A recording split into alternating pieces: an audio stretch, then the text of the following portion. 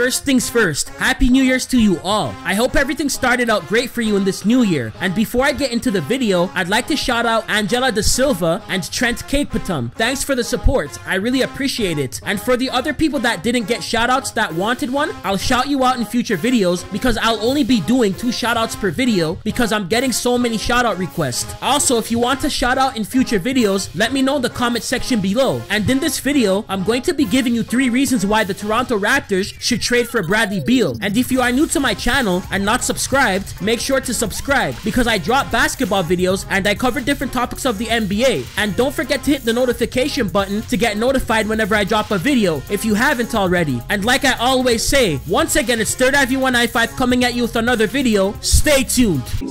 Hey, sell it for free. Put no prices on that body, sell it for free. Hey, sell it for free. Girl, you know that body prices, sell it for free. It's been in the news for a couple of weeks now that the Toronto Raptors have been wanting to trade with the Washington Wizards in order to get Bradley Beal because they are really desperate to get another all-star player. And here are the 3 reasons why I think that the Raptors should still pursue to get Bradley Beal from the Wizards. Number 1, star security. This is what I mean by star security. If Kawhi decides to walk after exercising his player option to become a free agent this upcoming offseason, if we traded for Bradley Beal right now, we would have a star player even though the superstar player that we had walked in the summer going into the 2019 to 2020 season. So the fact that we would have another all-star in Bradley Beal, even though he's not the player that Kawhi Leonard is, Toronto would still be afloat and still be a playoff team. And if you look closely since this decade, when Toronto has been making it to the playoffs since 2014, since their resurgence from a 5-year playoff drought from 2008, it's been 2 all-stars in DeMar DeRozan and Kyle Lowry, along with a good supporting cast, but mainly just 2 of them that has been making Toronto be able to make it to the playoffs and to be one of the best teams in the East. This would be the same scenario if we got Bradley Beal, at least going into next season if Kawhi walked. So our 2 all-stars would be Kyle Lowry and Bradley Beal. Plus we would still have a strong supporting cast even if we traded some players that are on the roster right now for Bradley Beal, which I'll be going into soon. Plus we would have Bradley Beal secured until the summer in 2021, which is when he would become an unrestricted free agent. And the good thing about this is he doesn't have a player option on his contract, so he has to stay until 2021. So we would have him secured for 2 seasons if we received him now. And the fact that this is the case, it would give us time to be able to fix the roster to put the team in the best position to be successful as possible while Bradley Beal's tenure in Toronto, along with making it to the playoffs consistently at the same time. And some of the players that we would have after the trade would have more time to blossom as well. Number 2, instant title contenders. With the current roster that the Toronto Raptors have, they are good enough to make it to the finals in the East if no change in the East occurs. But things can change come trade deadline time because teams in the East can get better,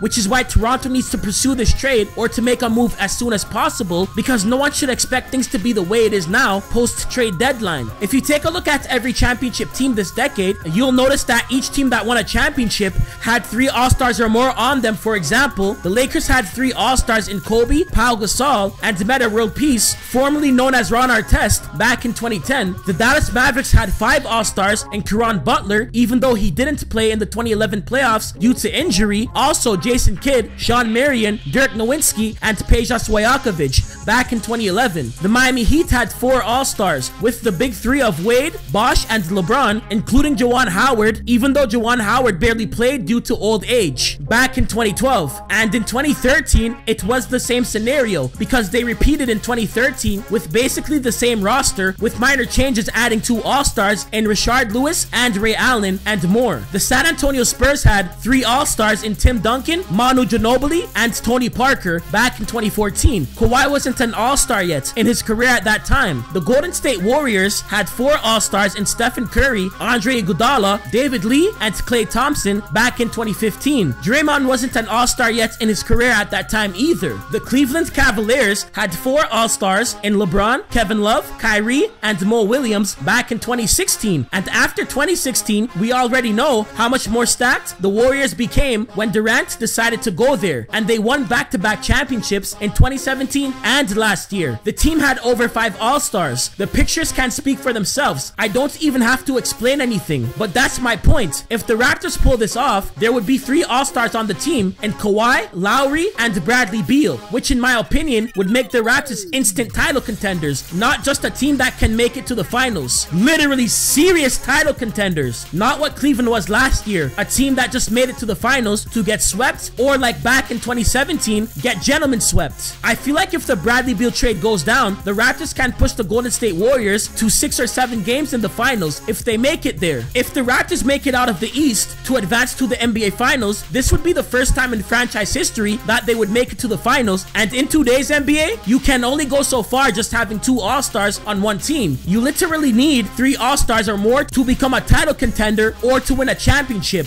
and I think that this will be the case next decade as well. Plus, the future would be bright for the Raptors, and they would instantly become more attractive and a team that a lot of players would want to join because of the success of the team. Golden State can't reign forever, and I'm telling you, if this happens, the Raptors will definitely win a championship sometime during the next decade, but hopefully Kawhi stays. Number 3, trade scenario and needs. The players that I would give up for Bradley Beal would be Fred VanVleet, Serge Ibaka, OG Anunoby, CJ Miles, and a future first-round draft pick, and I would demand Bradley Beal, Jeff Green, and a future second-round draft pick in return. If the Wizards would want more than that offer, and I was the Raptors, I would just add Norman Powell or another first-round draft pick in the mix, and here's why this is my trade offer and demand. As of right now, Fred VanVleet is a better scorer than DeLon Wright is, but I feel like DeLon Wright has more upside in my opinion because he's a good size at the point guard position. He's 6'5", and Fred VanVleet is 6 feet,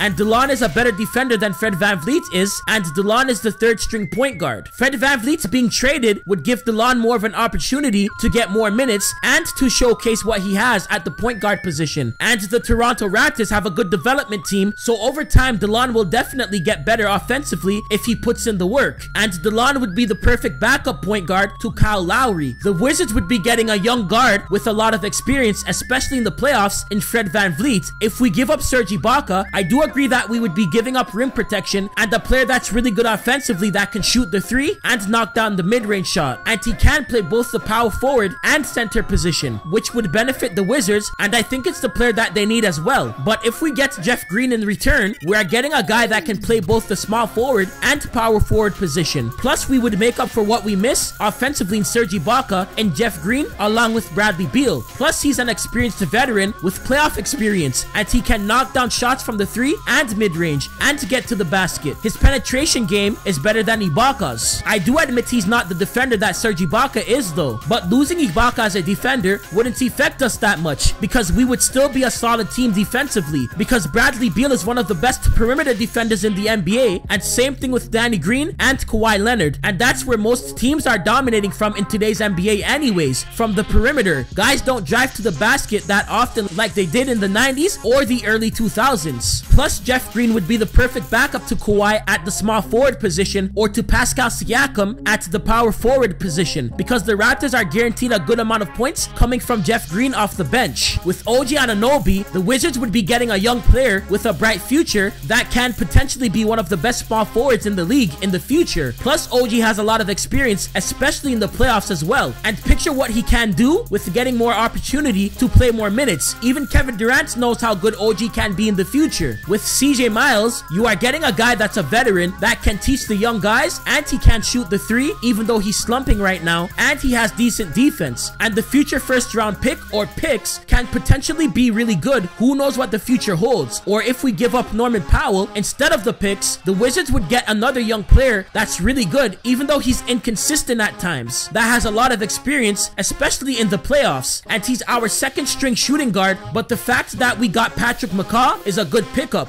because he has experience as well and 2 championships under his belt. Plus, he showed flashes that he can perform on the big stage when he scored 18 points against the Spurs in the Western Conference Finals 2 years ago. And if given the opportunity in Toronto, I think that McCaw can be really good for the Raptors. So McCaw can replace Norman off the bench if he's traded. That wouldn't be a huge loss for Toronto. The one player that I'm skeptical about trading is Pascal Siakam. I go back and forth with my opinion on him, but I might make a video on if Raptors should trade him or not. But overall, Toronto getting Beal would be great for us because I've always been saying this. We need another scorer, especially if Lowry gets into a slump like a few weeks ago. We can't just rely on Kawhi to take us to the promised land all the time at the end of games. He needs help too. As great as as he is, and Bradley Beal is just that guy, and he has playoff experience as well, and he shows up when it matters the most. He's clutch, and he delivers in the playoffs, which is very important, and he's one of the best 3-and-D guys in the league. Bradley can just outright ball. We need a player like him to carry us over the hump. But that's it for the video, guys. These are the 3 reasons why I think that the Toronto Raptors should trade for Bradley Beal. And like I always say, please like and subscribe and hit that notification button and comment below. Tell me what you think. Your opinion matters. And follow me on my Twitter and Instagram account. It's the same name as my YouTube channel name. And share this video. Peace! I eat my French toast, bag of French girl, tell her let's go.